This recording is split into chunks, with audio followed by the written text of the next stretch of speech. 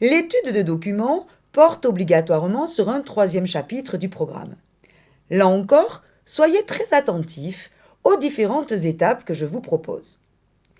Il s'agit tout simplement de sélectionner des données pour répondre à la question posée.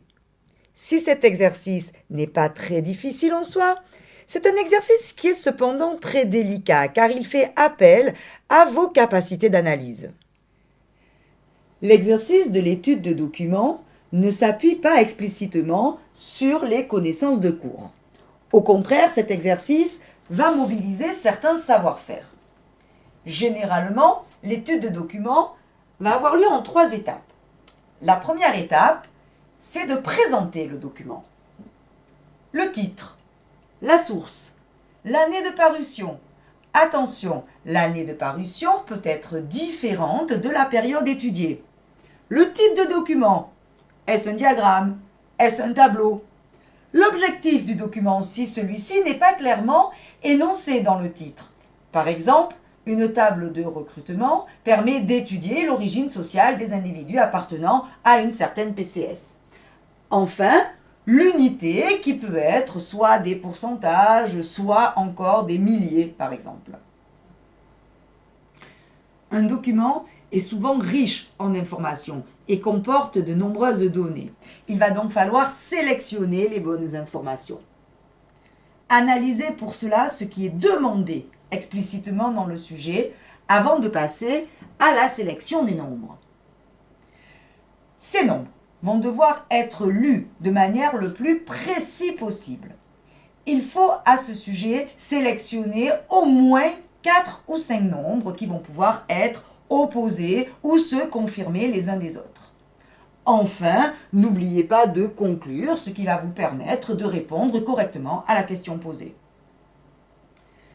Une fois les nombres sélectionnés et lus correctement, rien ne vous interdit de faire alors quelques interprétations. Par exemple, 48,7% représente presque la moitié de la population étudiée.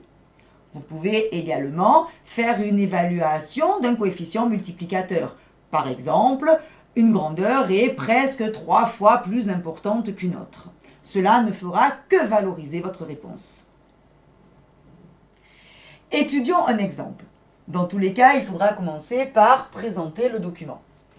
Ici, il s'agit d'une table de recrutement sur des données de 2003 publiées par l'INSEE en 2006, l'étude portant sur les hommes actifs ayant un emploi âgés entre 40 et 59 ans.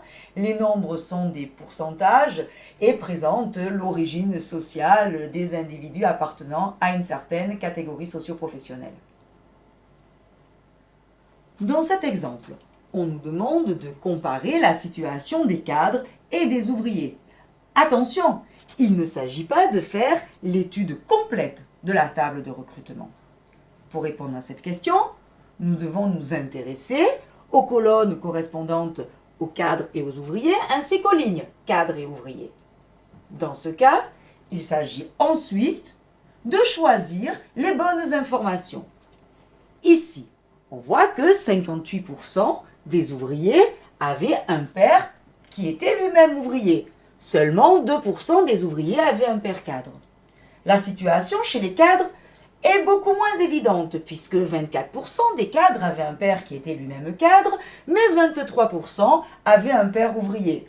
On peut même signaler que 20% des cadres avaient un père qui était profession intermédiaire. Ces nombres sélectionnés vont alors nous permettre de construire notre argumentation. En 2003, 58% des ouvriers avaient un père qui était lui-même ouvrier. Ici, la lecture de chacun des nombres doit être précise, parfaite et complète. Il en est ainsi pour chacun des nombres sélectionnés.